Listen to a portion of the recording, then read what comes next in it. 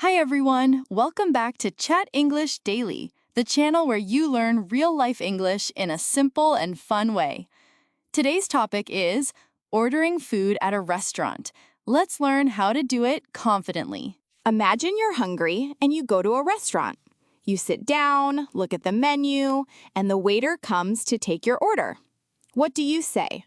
What does the waiter say? Let's learn step by step.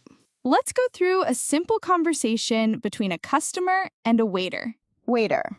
Hello, sir. Welcome to the cafe. You. Thank you. Can I see the menu, please? Waiter. Of course. Here you go. Waiter. Are you ready to order? You. Yes, I'd like the grilled chicken sandwich, please. Waiter. Great choice. Would you like anything to drink? You. Yes, I'll have a lemonade. Waiter. All right, 1 grilled chicken sandwich and 1 lemonade. Anything else? You. No, thank you. Now you know how to order food at a restaurant in English. Try these phrases the next time you eat out. Like this video if you learned something new. Comment below. What is your favorite food? Subscribe to Chat English Daily for more easy English lessons.